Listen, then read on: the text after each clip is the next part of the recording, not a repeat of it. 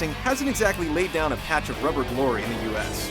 While the sport is extremely popular in Europe, Fiat's gunning down rural dirt roads has failed to appeal to the beer-soaked NASCAR crowd or the Formula One elites in America. The same holds true for rally racing games. In the US, they're generally a non-event, despite the fact that games like Rally Sport Challenge and Colin McRae sell in the hundreds of thousands elsewhere. Looking to bridge the gap is Dirt, a nice mix of simulation and arcade elements. But is it a jack of all trades or a master of none?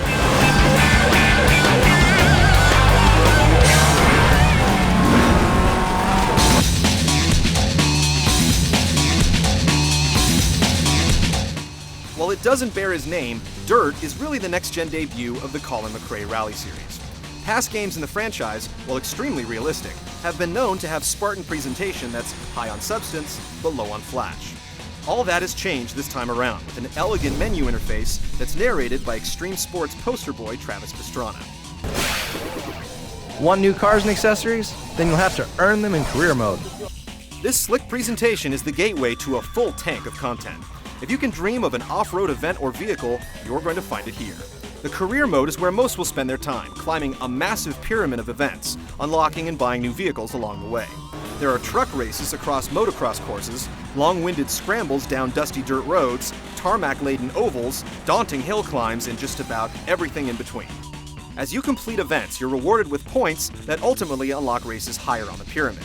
With well over 60 events to clear, and some with multiple heats, it may outwardly seem like the game has the legs to run a marathon, but you can quickly whip through most of the races with 1 or 2 attempts. And a few solid days of playing will bring the career mode to its knees on the middle difficulty setting. But that's really just the beginning of the Dirt experience. You can whip around any of the courses you've unlocked in the career mode in Rally World, or go all out in the championship mode and compete in full multi-stage rallies. The only real downside is the Xbox Live Play. It may seem like a no-brainer, but you do not have the ability to race at the same time as other cars. Instead, you jump into a lobby with up to 100 racers, vote on the track and car, and then perform a solitary time trial. There aren't even any ghost cars to race against. This makes sense for some of the narrow courses where more than a couple of cars would be mayhem, but swapping paint and online multiplayer is something you'll have to get somewhere else. Dirt does come with a plethora of licensed cars from the usual rally suspects like Subaru, Mitsubishi, Fiat, Toyota, and the like. You also get a smattering of more fringe vehicles like big rigs and rally trucks to keep you on your toes. Best of all, these vehicles can be smashed and crashed in a number of ways until you're basically piloting a chassis and engine down the course, albeit with gimped handling and engine performance. If you're looking for a lot of meat in your racing games, Dirt does not disappoint. The lack of true head-to-head online play is a huge disappointment, but otherwise, only the Gran Turismos and Forza Motorsports of the world can eclipse the content offered here.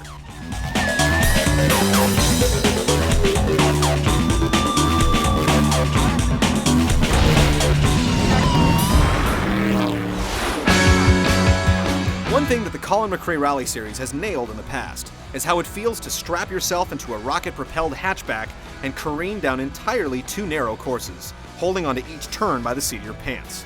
That pedigree has definitely transferred nicely to Dirt. The sense of speed is incredible, with so many objects placed so closely to the track, and you almost always feel like you're one abrupt oversteer away from flying off course into a tree. It's a great sensation, and one that's only exacerbated by the stellar in-cockpit view. Dirt also does an excellent job of making each vehicle handle differently. Some of the hill-climbing vehicles use brute force to power up the slopes, and you really feel the horsepower. The smaller hatchbacks can turn on a dime, particularly on pavement, where they stick to the road like a vacuum. Then there are the big floaty trucks, where you have to look way ahead of the course, find your line, and then finally adjust as you romp over each bump and divot. For such a wide variety of terrain and vehicles, it's impressive how much TLC was given to get the interaction between the two just right. If your stock vehicle isn't getting it done, you can always go and tweak the settings. On all but the 2 hardest difficulty settings, this isn't really needed, but when you step up to race with the pros, you have the choice of being a wrench monkey or calling on an expert for advice. Some of the gameplay issues are inherent to the sport. For instance, far too often you'll find yourself completing solo time trials instead of racing against other cars. Some of this wouldn't be an issue, but too much of a percentage of the game is spent on lonely stretches of road screaming to the next checkpoint marker. When other cars are involved in the races, they can be ruthless, running you off the track as they try to keep the line. This is balanced somewhat by being able to play bumper cars in the corners, but this certainly isn't the ideal solution.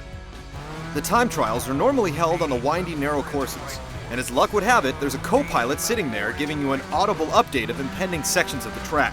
80, left 5. His input is invaluable, as he uses a number system to describe the severity of each upcoming turn or the amount of distance for each straight. Left 5 into right 5. You'll learn to listen to him carefully, or pay the price.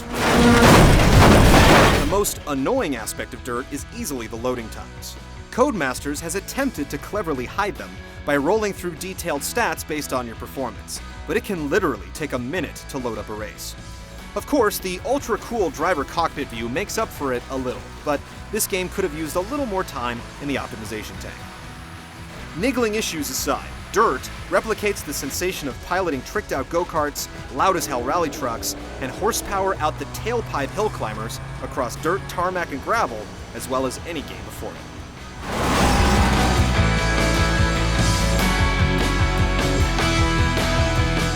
Rally racing may not have caught on in the US yet, but if games like Dirt keep being released, that could quickly change. If you're looking for the perfect replication of sliding around a gravel corner with all 4 tires holding on for dear life, then buy it with no reservations. The learning curve is just right regardless of your experience level. There's a ton of content despite the lack of true online play, and it's a very pretty game, despite some occasional drawing.